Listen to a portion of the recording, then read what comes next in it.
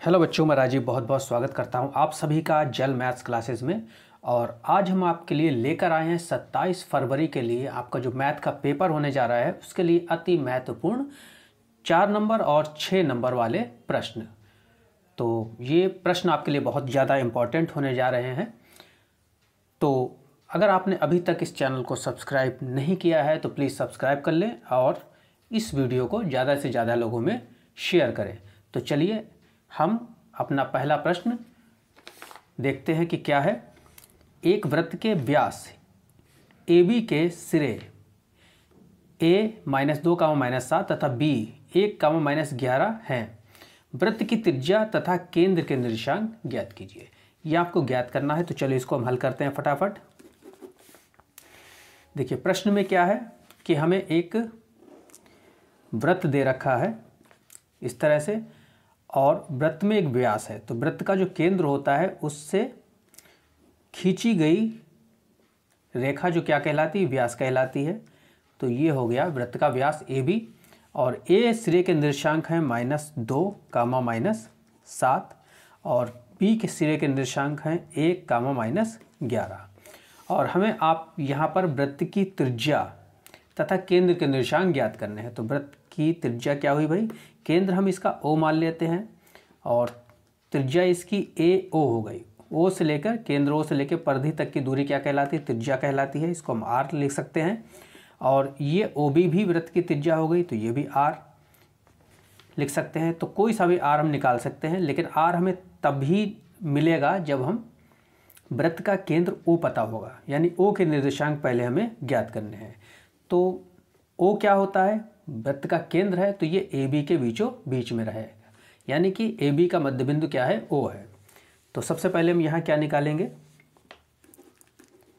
AB के मध्य बिंदु O के निर्देशांक।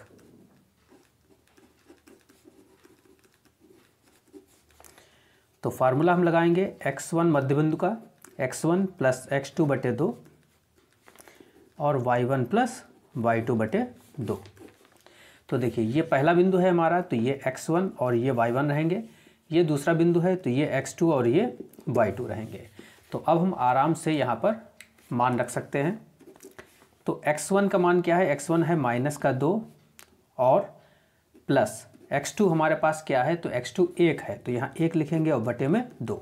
उसी तरह से देखिए y1 क्या है, -7 है और प्लस y2 क्या है, -11 है तो यहाँ पर जो प्लस लगेगा और उस प्लस की इस माइनस से गुणा होकर ये क्या रह जाएगा, सिर्फ और सिर्फ -11 रह जाएगा बटे 2। देखिए -2 में से प्लस का 1 घटाएंगे तो -1/2 आएगा और 11 और 7 दोनों ही माइनस के तो ये जुड़ेंगे। तो 11 और 7 -18/2।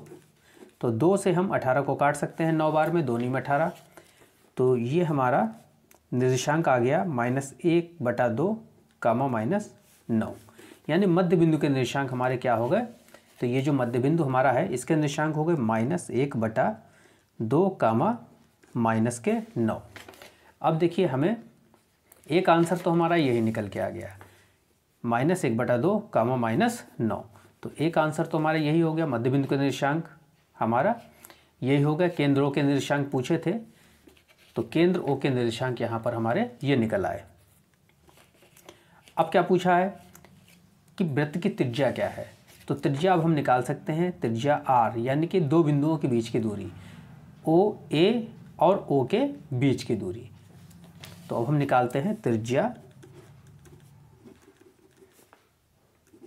AO, जिसको हमने R माना है, या दो बिंदुओं के बीच की दूरी का फार्मूला यानी कि x2 - x1 का whole square plus y2 - y1 का होल स्क्वायर। अब देखिए हमारे पास हम A और O के बीच की दूरी निकालना है तो ये x1 y1 और ये हम मान लेंगे x2 y2। तो हम यहाँ पर लिख भी देते हैं, x1 बराबर -2, y1 बराबर -7 और x2 बराबर -1/2 और y2 बराबर -9। तो यहाँ पर इस तरह से हम लिख सकते हैं इसको।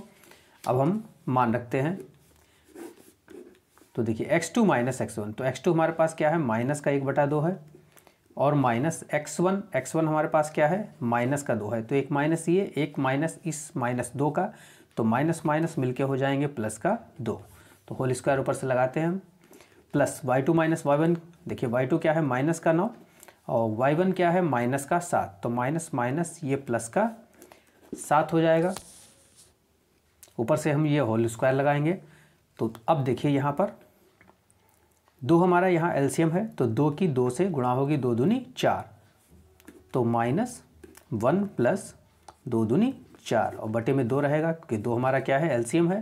तो तिरछी गुणा हम करेंगे, 2 की 2 से 2 दूनी 4, और ये माइनस का 1 ऐसे ही रहा, का होल स्क्वायर प्लस माइनस के 9 में से प्लस के 7 घटाएंगे, तो बड़े में से छोटा घटाते हैं हमेशा। अगर माइनस और प्लस दोनों ही संख्या हमारे पास हैं, तो माइनस के 9 में से प्लस के 7 गए, माइनस के 2 का होल स्क्वायर। तो अब देखिए 4 प्लस का है, 1 माइनस का है, तो 4 में से 1 हम घटाएंगे, तो प्लस का 3/2 का होल स्क्वायर, प्लस -2 का स्क्वायर, ये प्लस का 4 ही रहेगा हमारे पास। तो अब देखिए 3 का स्क्वायर 9, 2 का स्क्वायर 4, और प्लस का ये 4।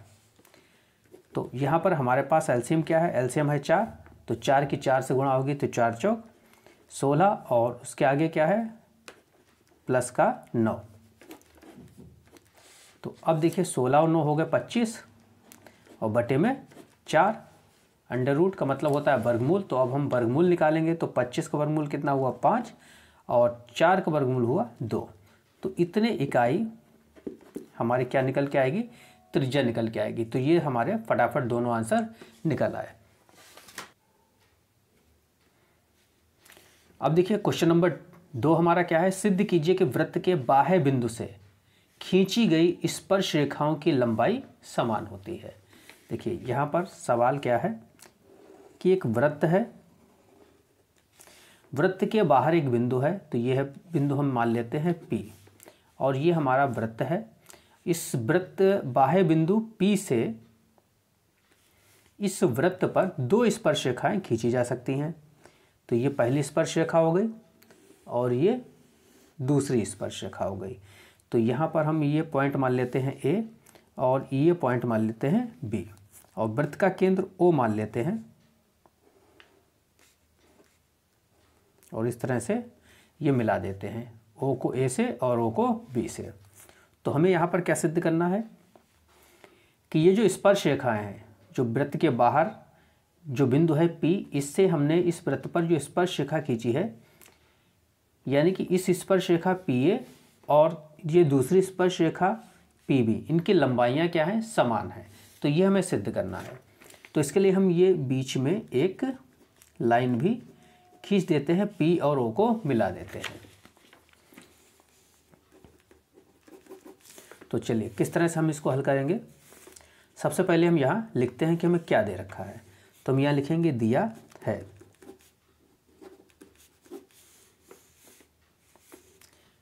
एक वृत्त जिसका केंद्र O है, जिसका केंद्र O है, इसके बाह्य बिंदु क्या है, P है। इसका बाह्य बिंदु P है। P से वृत्त पर 2 स्पर्श रेखाएं P और PB खींची गई हैं। P से वृत्त पर 2 स्पर्श रेखाएं PA व PB खींची गई हैं, इतना हमको लिखना पड़ेगा। जो हमें पता है वो हमने यहाँ लिख दिया कि एक वृत्त है जिसका केंद्र O है, और वृत्त के बाहर एक बिंदु है P, जिससे वृत्त पर 2 स्पर्श रेखाएं P और PB खींची गई हैं। बहुत ही सरल, आसानी से इसको हमने लिख दिया। अब देखिए, अब हमें क्या सिद्ध करना है वो हम लिखेंगे। तो यहाँ लिखेंगे सिद्ध करना है। हमें सिद्ध करना है कि ये जितनी ये स्पर्श रेखा PA है उतनी ही स्पर्श रेखा PB है, यानी PA और PB बराबर हैं, PA बराबर PB, ये हमें सिद्ध करना है। तो अब हम सिद्ध करते हैं इसको। उपपत्ति यहाँ लिखेंगे,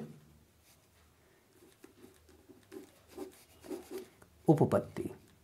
ठीक, अब देखिए चित्र में देखिए हमारे पास यहाँ पर दो त्रिभुज बन रहे हैं, ये APO और BPO, दोनों ही त्रिभुजों को हमें यहाँ पर सर्वांगसम सिद्ध करना होगा और उसमें हमें ये PA और PB छोड़नी होगी। इसको हम बाद में लिखेंगे। ठीक, बाकी हम इन दोनों ही त्रिभुजों में देखते हैं कि इनमें समानता क्या है, PA और PB को छोड़कर क्या समानता है। तो हम यहाँ लिखते हैं त्रिभुज OPA, देखिए OPA व OPB में, तो यहाँ लिखते हैं त्रिभुज OPA व त्रिभुज OPB में। देखिए अब हमारे पास क्या समानताएं हैं। देखिए ये OA क्या है, ये OA त्रिज्या है वृत्त की जो कि ऊपर वाले त्रिभुज में है, यानी कि त्रिभुज OPA में है, और नीचे वाले त्रिभुज में यानी कि OPB में भी ये OB त्रिज्या है। अब एक वृत्त में त्रिज्याएं तो समान ही होती हैं, बराबर होती हैं, यानी वृत्त अगर कोई साइकिल में पहिया है तो उसमें तीलियां तो सारी बराबर होती हैं, तो जितनी OA होगी उतनी ही ये OB होगी। तो हम यहाँ लिखते हैं OA बराबर OB। ठीक, यहाँ लिख देंगे क्यों बराबर हैं, क्योंकि ये वृत्त की त्रिज्याएं हैं, वृत्त की त्रिज्याएं हैं। अच्छा, दूसरी चीज भी देखिए, ये बीच वाली भुजा PO या OP दोनों ही त्रिभुजों में है, यानी ऊपर वाले त्रिभुज में भी है और नीचे वाले त्रिभुज में भी है, तो ये कॉमन है दोनों में। तो लिख देंगे PO बराबर PO। कॉमन का मतलब उभयनिष्ठ, हम यहाँ लिखेंगे इसको उभयनिष्ठ। इस तरह से हमने ये लिख दी। अच्छा, अब देखिए वृत्त की स्पर्श रेखा और त्रिज्या, इनके बीच कोण 90 डिग्री होता है, तो यहाँ पर भी कोण 90 डिग्री रहेगा, यानी हम लिखेंगे कोण PAO, कोण PAO बराबर कोण, देखिए दूसरा लिखेंगे PBO।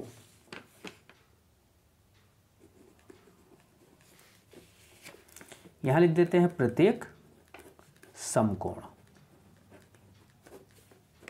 प्रत्येक समकोण, ये हम जानते ही हैं क्योंकि ये क्या होता है, इनके बीच में कोण 90 डिग्री का होता है। तो अब जब किसी त्रिभुज में दो भुजाएं बराबर हों और एक कोण बराबर हो तो त्रिभुज सर्वांगसम सिद्ध हो जाता है। तो हम यहाँ लिखेंगे अतः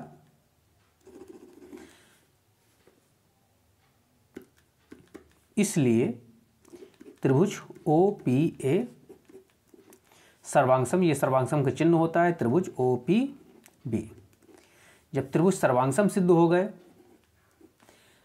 तो अब देखिए सर्वांगसम का मतलब होता है सभी तरफ से समान, तो अब ये इनकी भुजाएं हैं, हम लिखेंगे PA बराबर PB। अब ये बाद वाली भुजाएं हम यहाँ लिख सकते हैं, अतः PA बराबर PB, और ये हमारा प्रूव्ड हो जाएगा।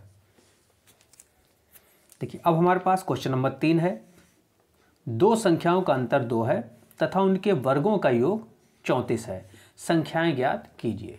देखिए हमें दो संख्याएं लेनी है, तो हम यहाँ पर x और y ले लेते हैं। तो यहाँ लिखते हैं माना दो संख्याएं x और y हैं। अब सवाल कह रहा है कि इनका अंतर 2 है, यहाँ पर हम ये भी लिख देते हैं x is greater than y, यानी x बड़ा है और y छोटा है, जिसकी तरफ मुंह खोल देंगे वो बड़ा हो जाएगा। तो यहाँ पर x बड़ा है और y छोटा है, तो इनका अंतर क्या है, 2 है। अंतर का मतलब होता है घटाना, तो अगर हम बड़ी संख्या यानी x में से y को घटाएं तो 2 हमको मिलेगा। तो यहाँ पर लिख देते हैं प्रश्नानुसार x माइनस वाई, यानी बड़ी संख्या में से छोटी संख्या घटाने पर 2 हमें मिलता है। तो एक समीकरण हमारी ये बन गई 1, और फिर सवाल में कहा गया है उनके वर्गों का योग 34 है। यहाँ लिखते हैं तथा तो पहली संख्या का वर्ग यानी कि x है पहली संख्या, इसका स्क्वायर, और दूसरी संख्या है हमारी y जो हमने मानी है y, इसका वर्ग यानी कि इसके ऊपर हमने स्क्वायर लगा दिया। इनका योग, वर्गों का योग यानी योग का चिन्ह यानी प्लस लगाएंगे बीच में, कितना है 34 है। तो ये हो गई हमारी समीकरण नंबर 2। अब हम इनको हल करके x और y का मान ज्ञात करते हैं। तो हम क्या करते हैं, समीकरण 1 से x का मान निकाल लेते हैं। तो यहाँ लिखते हैं समीकरण 1 से, देखिए जिसका मान निकालना होता है उसको वहीं पर छोड़ देते हैं। तो देखिए x का मान हम यहाँ से निकालेंगे समीकरण 1 से, तो x को यहीं पर छोड़ देंगे और y को हम दूसरी साइड ले जाएंगे। तो x बराबर y यहाँ का माइनस का है, दूसरी साइड में जाएगा तो प्लस का हो जाएगा, तो 2 + y हो जाएगा। तो ये बन गई हमारी समीकरण नंबर 3, इसको हम मान लेते हैं। अब ये समीकरण 3 से x बराबर 2 + y हम कहाँ डाल देते हैं, समीकरण 2 में रख देते हैं। तो यहाँ पर लिखते हैं समीकरण 3 से x का मान समीकरण 2 में रखने पर, समीकरण 2 में ये मान हम रख देते हैं। तो x की यहाँ पर हम क्या लिखेंगे, 2 + y, 2 + y का होल स्क्वायर, क्योंकि यहाँ x पर क्या लगा है, स्क्वायर लगा है, और प्लस का ये हमारा y² हो गया और बराबर में 34 हो गया। तो अब हम इसको आगे थोड़ा सा हल कर लेते हैं। तो ये हमारे पास 2 + y का होल स्क्वायर यानी a + b का होल स्क्वायर फार्मूला बना। तो क्या होता है ये 2 का स्क्वायर यानी a का स्क्वायर, देखिए फार्मूला हमारे पास क्या होता है, a + b का whole square = a² + b² + 2ab। तो इस फार्मूले के हिसाब से पहले हमारा क्या आएगा, a² आएगा यानी 2 का स्क्वायर, प्लस b के जहाँ क्या है y है तो y का स्क्वायर, और प्लस 2ab यानी 2 गुणा a की जगह क्या है 2 और b की जगह क्या है y, प्लस अब ये वाला y² हम लिखेंगे और बराबर में 34 लिखेंगे। तो देखिए 2 का स्क्वायर कितना हो गया 4, प्लस y² और एक y² ये है, तो मिलके हो गए 2y² प्लस ये 2 दूनी 4y बराबर 34। तो ये हमारी देखिए द्विघात समीकरण एक बनेगी। तो हम यहाँ लिखते हैं 2y² और प्लस इसके बाद ये 4y, ये 34 हम इधर ले आते हैं तो माइनस का 34 और यहाँ प्लस के 4 पहले से ही थे, और बराबर में ये 34 तो हमारा LHS की साइड में आ गया, तो यहाँ कुछ नहीं बचा, 0 लिखेंगे हम। तो 2y² प्लस 4y और माइनस के 34 में से प्लस के 4 घटाएंगे तो माइनस का 30 बराबर 0 आएगा।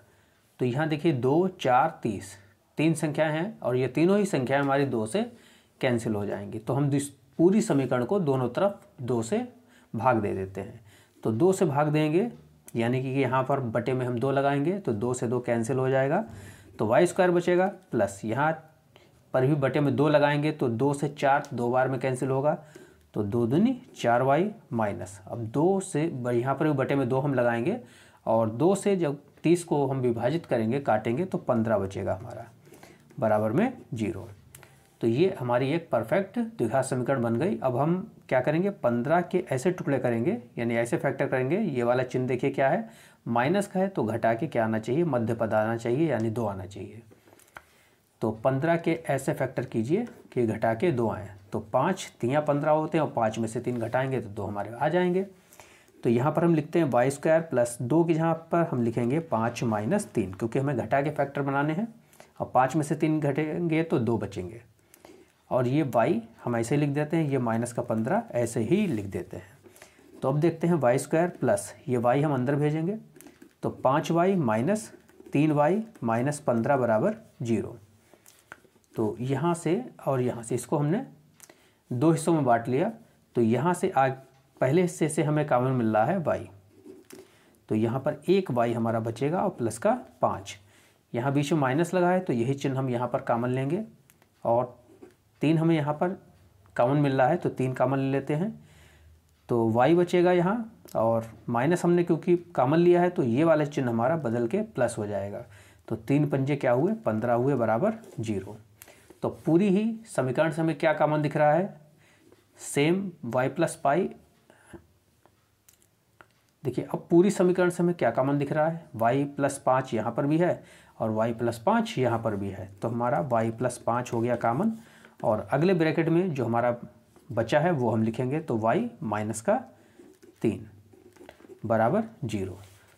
तो अब हम इन दोनों को ही अलग अलग 0 के बराबर रखते हैं, तो y प्लस 5 बराबर 0 या y माइनस 3 बराबर 0।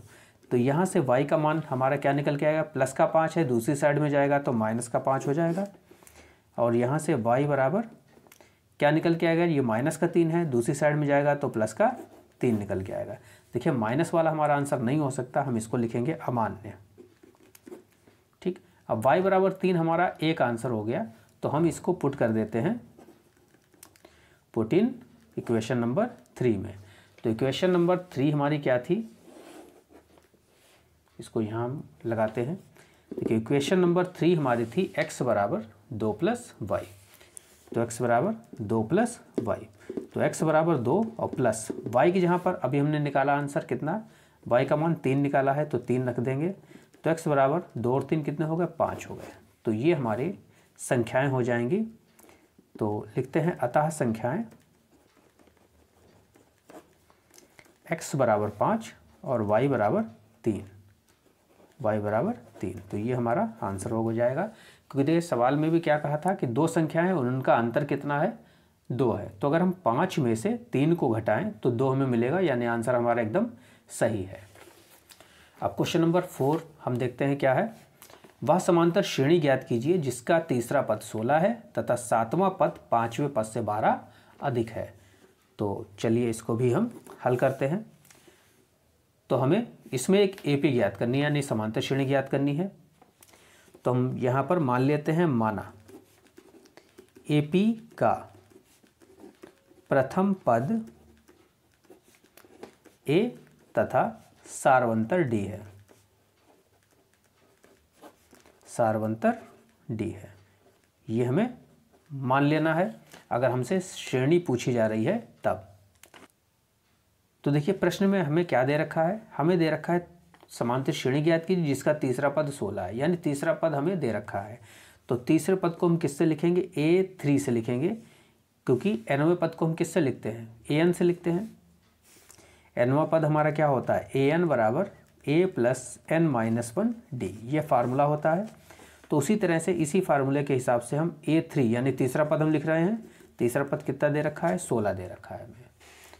तो ये वाला फार्मूला अगर हम लगाएं, an बराबर a plus n minus 1 D, तो यहाँ पर n की जहाँ पर हमारे पास क्या है 3, तो हम इसको लिख सकते हैं a प्लस 3 माइनस 1 डी बराबर 16। इस तरह से हम लिख सकते हैं इस फार्मूले के हिसाब से। तो ये a प्लस 3 में से गया 2 डी बराबर 16। तो ये हमारी समीकरण नंबर 1 बन गई। फिर सवाल में क्या कहा है कि 7वां पद 5वें पद से 12 अधिक है। तो यहाँ पर आपको ये पता लग रहा है कि बड़ा कौन सा है। तो 7वां पद बड़ा है किससे, 5वें पद से कितना बड़ा है, 12 बड़ा है। तो यहाँ पर हम लिखते हैं तथा A7 माइनस A5, यानी बड़े में से छोटा अगर हम घटा दें तो हमें 12 मिलता है। तो इस तरह से हम इसको लिख सकते हैं। तो अब देखिए A7 का मतलब क्या हुआ, A plus 7 minus 1 D, a plus 7 minus 1 D, बिल्कुल an बराबर a plus n minus 1 D की तरह। तो a प्लस 7 माइनस 1, अब 7 में से 1 घटाएंगे तो 6 मिलेगा हमें, 60। तो सीधे हमने लिख दिया माइनस A5 का मतलब a प्लस 5 माइनस 1, तो a प्लस 5 माइनस 1, 5 में से 1 घटाएंगे तो 4d आएगा। इसको हम आगे ब्रैकेट में लिखेंगे क्योंकि इसके आगे क्या लगा है, माइनस लगा है, बराबर 12। तो a प्लस 6d, ये माइनस हम अंदर भेजेंगे तो माइनस का a, फिर माइनस प्लस की गुणा हो जाएगी तो माइनस का 4d बराबर 12। तो प्लस माइनस वाली सेम संख्याएं हमारी कैंसिल हो जाती हैं, तो plus a minus a cancel. अब 6d और माइनस 4d, यानी 6d में से हम 4d घटाएंगे तो बचेगा 2d बराबर में 12। तो तो ये 2 बटे में आएगा, तो या फिर हम इसको ऐसे ही काट सकते हैं। तो 2 छंग 12, तो d बराबर कितना आया, 6 आया। तो अब हम कहाँ इसको रख देते हैं, हम इसको रख देते हैं इक्वेशन नंबर 1 में। तो लिख देते हैं पुट इन इक्वेशन नंबर 1। तो इक्वेशन 1 हमारी क्या है, a + 2d बराबर 16। तो यहाँ पर हम मान रखेंगे, तो a + 2 इंटू डी हमारा क्या है, 6 है, तो बराबर में 16। तो a + 2 और 6 की गुणा करेंगे तो 2 छंग 12 बराबर 16। तो a बराबर 16 और ये प्लस का 12 है, इस साइड में आएगा तो माइनस का 12 हो जाएगा। तो a बराबर 16 में से 12 गया 4, यानी कि प्रथम पद हमारा कितना निकल के आया, 4, और सार्वंतर हमारा कितना निकल के आया, 6 निकल के आया। अब हमें समांतर श्रेणी ज्ञात करने के लिए इन्हीं दोनों चीज़ों की आवश्यकता होती है। तो हमारी समांतर श्रेणी क्या होगी, अतः हम यहाँ लिखेंगे समांतर श्रेणी। देखिए समांतर श्रेणी हमारी क्या होती है, मानक रूप क्या होता है, जो उसका व्यापक रूप जो होता है वो a होता है, a + d, a + 2d, और इसी तरह से आगे चलती जाती है। तो यहाँ पर हम लिख देते हैं a हमारा क्या है, 4, अब a + d यानी 4 + d कितना है, 6, दोनों को हम जोड़ेंगे। फिर यहाँ पर a क्या है, 4 + 2 गुणा d कितना है, 6। तो इस तरह से ये हमारी श्रेणी आगे के लिए बनती चली जाएगी। तो देखिए 4 और 6 और 4 कितने हो गए, 10, और यहाँ पर 6 दूनी 12, 12 + 4, 12 और 4 कितने हो जाएंगे, 16 हो जाएंगे। तो इस तरह से ये हमारी 4, 10, 16 ये श्रेणी बन जाएगी। तो ये हमारा आंसर हो गया। देखिए अब हमारे पास 5वां सवाल है जो कि त्रिकोणमिति से है। तो हमें सिद्ध करना है ये LHS हमें दे रखा है और ये RHS। तो हम LHS यहाँ पर लेते हैं, sin a - 2 sin cube a बटे 2 cos cube a minus cos a। तो ऊपर देखिए हमारे पास sin a यहाँ पर भी है और sin a यहाँ पर भी है, तो छोटा वाला हमेशा कॉमन होता है। तो यहाँ sin a हम कॉमन ले लेते हैं ऊपर से।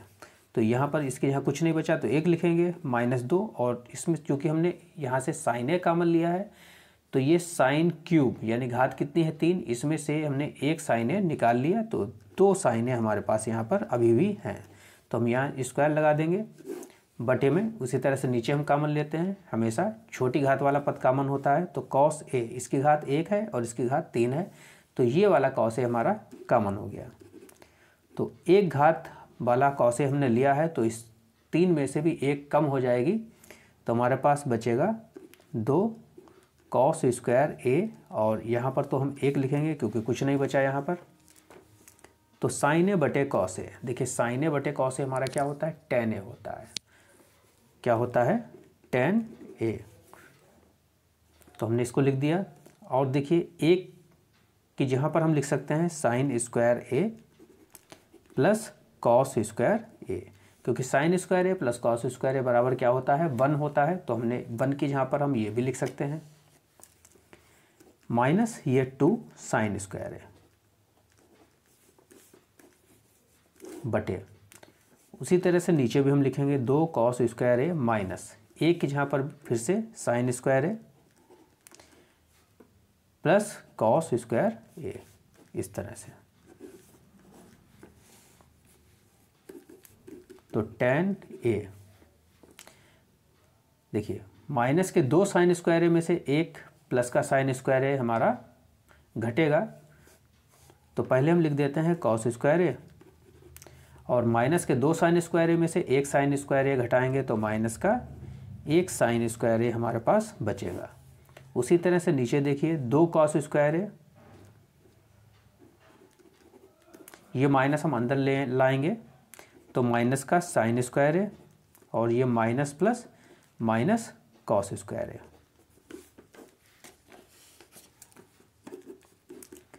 तो बराबर tan a cos square a minus sin square a बटे, अब देखिए 2 कॉस स्क्वायर में से 1 कॉस स्क्वायर घटाएंगे तो 1 कॉस स्क्वायर ही हमारा बचेगा, प्लस का और माइनस का साइन स्क्वायर है। तो ये दोनों इस संख्या हमारी सेम हो गई, तो ये कैंसिल हो जाएंगी, तो बचेगा क्या हमारा tan a, और लिख देंगे यहाँ पर हम RHS, क्योंकि बराबर के दूसरी साइड में क्या था, tan a ही था। देखिए सवाल में हमारे tan a ही था, तो ये हमारा प्रूव हो गया। तो आज के वीडियो में इतना ही, मिलते हैं नेक्स्ट वीडियो में। लेकिन अगर आपको थोड़ा भी ये वीडियो पसंद आया हो तो इसको लाइक कीजिएगा, हमारे चैनल को सब्सक्राइब कीजिएगा और ज़्यादा से ज़्यादा लोगों में शेयर कीजिएगा। तो मिलते हैं नेक्स्ट वीडियो में।